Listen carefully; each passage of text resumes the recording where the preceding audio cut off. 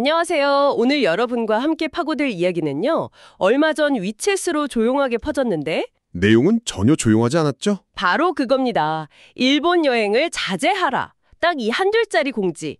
이게 지금 동아시아 전체를 뒤흔들고 있어요. 이건 그냥 여행 경보가 아니에요. 거대한 정치 게임의 시작을 알리는 뭐랄까 신호탄이죠. 맞아요. 오늘 우리가 살펴볼 건 이 신호탄이 일본 경제에 얼마나 큰 구멍을 낼지, 또 그 파편이 한국에게는 정말 뜻밖의 행운이 될 수 있을지 바로 그겁니다. 근데 더 깊이 들어가 보면 단순히 돈 문제가 아닌 것 같아요. 그렇죠. 우리 모두의 휴가 계획서가 강대국들의 외교 문서처럼 변해버릴 수 있다는 좀 섬뜩한 경고이기도 합니다. 좋습니다. 그럼 한번 제대로 파고들어 보죠. 중국은 왜 하필 지금 이 카드를 꺼놨을까요? 그리고 남의 집 불행을 우리의 기회로만 보는 게 과연 현명한 전략일지 지금부터 그 복잡한 속내를 하나씩 풀어보겠습니다. 사건의 시작은 아주 빠르고 조직적이었어요. 중국 정부가 위챗 공식 계정으로 안전을 명분으로 내세웠죠. 네, 일본 여행 자제 권고. 근데 그러자마자 국영항공사는 물론이고 민간항공사까지 약속이나 한 듯이 일본 가는 비행기표를 공짜로 취소해주기 시작했어요. 이건 뭐 단순한 권고가 아니네요. 사실상 금지령 아닌가요? 그렇죠. 그렇게 봐야죠. 타이밍이 정말 기가 막히다는 생각이 들어요. 일본 총리가 대만 유사시 발언을 막 쏟아낸 바로 그 직후잖아요. 바로 그겁니다. 핵심은 타이밍이에요. 이건 누가 봐도 네가 우리 아픈데 건드렸으니까 우리도 너네 아픈 거 찌를게 이거잖아요. 아주 명백한 메시지 같아요. 정확해요. 이게 바로 강압 외교의 전형적인 모습이에요. 군사적 충돌 대신에 거대한 자국 관광시장을 무기로 쓰는 거죠. 연간 1조 7천억 엔 이상을 쓰는 그 관광객들이요. 네, 그 거대한 경제적 무기를 사용해서 상대를 굴복시키려는 거죠. 총성 없는 전쟁이지만 그 파괴력은 상당할 수밖에 없어요. 근데 이거 보면서 정말 귀시감이 들었어요. 2010년대 센카쿠 열도 분쟁 때도 완전 똑같은 일이 있었다면서요? 네, 역사는 반복되고 있죠. 그때도 중국인 관광객이 최대 40%까지 확 줄면서 일본 지방 경제가 엄청난 타격을 입었거든요. 아, 그때도 효과를 봤던 카드군요. 그렇죠. 한번 써서 효과를 본 카드를 다시 꺼내든 셈인데 이번에는 그 규모라 속도가 훨씬 더 위협적이라는 게 차이점입니다. 그렇군요. 중국의 의도는 알겠는데 그래서 일본은 지금 얼마나 아픈 건가요? 수치들을 보니까 정말 입이 떡 벌어지던데요. 충격이 클 수밖에 없어요. 작년 기준으로 보면 중국인 관광객이 일본을 찾은 전체 외국인 소비의 21% 이상을 차지했어요. 와, 5분의 1이 넘네요. 특히 백화점 같은 곳은 타격이 훨씬 심각하죠. 타카시마야 백화점 같은 경우는 면세 매출의 무려 58%가 중국인 관광객 지간에서 나왔다고 해요. 58%요? 거의 절반 이상이네요. 네, 이 숫자가 하루아침에 0이 될 수도 있다는 공포가 지금 일본 관광업계를 덮친 겁니다. 바로 그 지점에서 한국 이야기가 나오기 시작하는 거군요. 일본으로 가려던 중국인들이 바로 옆 나라인 한국으로 오지 않겠냐는 기대감, 이른바 반사이익이라는 거요. 네, 가장 먼저 나오는 긍정적인 전망이죠.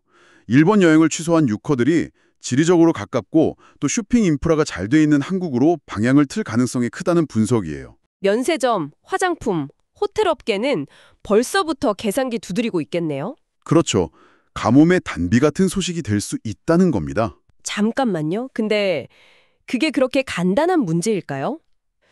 중국인 관광객들이 단순히 가깝다는 이유만으로 한국을 선택할까요? 최근 한중 관계도 좀 껄끄럽고 우리가 그들을 맞이할 준비는 정말 되어 있는지도 의문이고요. 아주 중요한 지적이에요.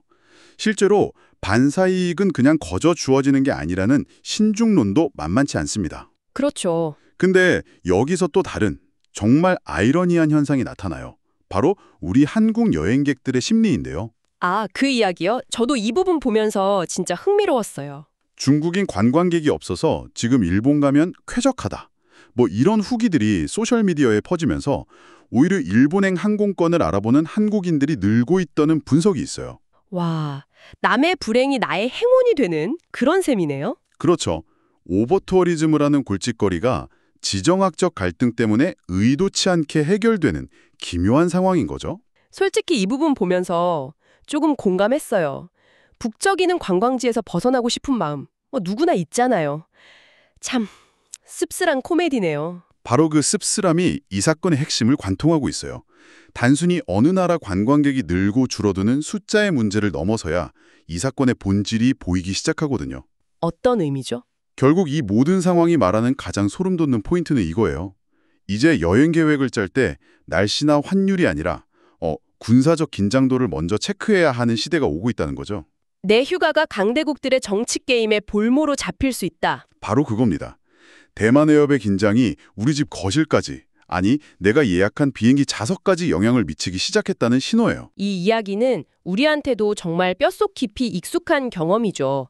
바로 사드 배치 때 중국이 내렸던 한알령이요. 네, 한알령. 하루아침에 6호들로 북적이던 명동거리다 텅 비어버리고 K-팝 콘서트가 줄줄이 취소되던 그 서늘했던 기억 말이에요. 오늘 일본이 겪는 일이 내일 우리에게 닥치지 않으리란 보장이 없는 거죠. 맞아요. 그렇기 때문에 이웃의 갈등을 우리의 기회로만 보는 게 과연 현명한가? 라는 근본적인 질문이 나오는 겁니다. 만약 이런 갈등이 장기화돼서 동아시아 전체가 잠재적 위험 지역으로 낙인 찍히면 어떻게 될까요? 그때는 중국인뿐만 아니라 전 세계 관광객들의 발길이 끊길 수도 있어요.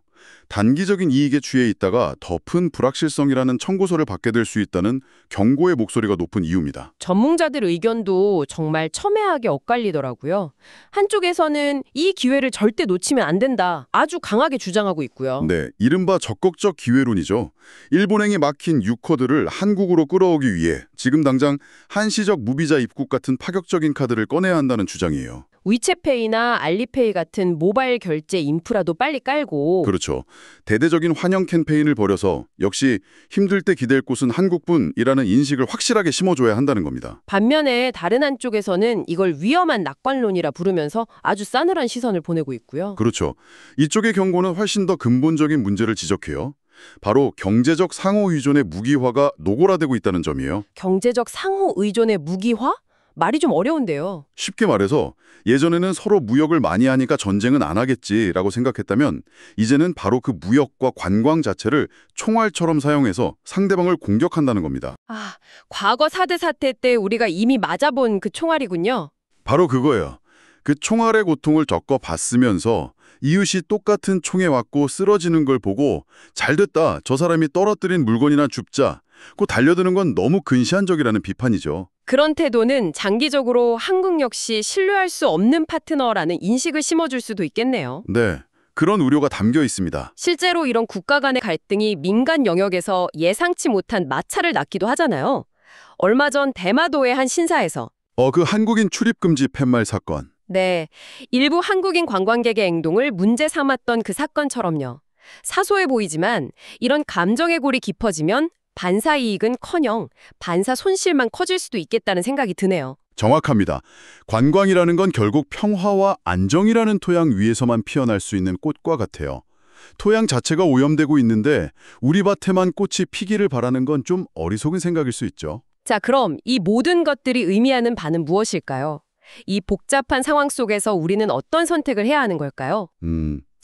표면적으로 중국의 일본 여행 제한은 분명 한국 관광업계의 단기적인 호재처럼 보일 수 있어요. 그건 사실입니다. 하지만 그게 다가 아니다. 그렇죠. 더 깊이 들여다보면 이건 대만 해협을 둘러싼 지정학적 긴장 속에서 경제와 민간 교류가 얼마나 쉽게 정치적 무리가 될 수 있는지를 보여주는 아주 냉엄한 경고 신호입니다. 단순히 관광객 몇 명을 더 유치하느냐 마느냐의 차원을 넘어선 문제라는 거군요. 네. 우리가 마주한 선택은 점점 더 불안정해지는 동아시아의 지정학적 현실 속에서 어떻게 리스크를 관리하고 생존할 것인가에 대한 근본적인 질문과 맞닿아 있어요. 이웃의 위기를 우리의 기회로만 볼 것인가? 아니면 이 지역 전체의 안정을 위해 함께 목소리를 내는 성숙한 이웃이 될 것인가? 그 갈림길에 서 있는 거네요. 바로 그겁니다. 이 상황을 지켜보면서 한번 생각해 보세요. 국경에서 지갑보다 여권이 더 중요해지는 시대에 진정한 승자는 과연 누구일까요? 그리고 여행이라는 지극히 개인적이고 즐거워야 할 행위 자체가 누군가에 의해 손쉽게 켜고 끌 수 있는 수도꼭지처럼 변해버린 세상에서 좋은 이웃은 과연 무엇을 의미하게 될까요? 지금까지 애정객이었습니다.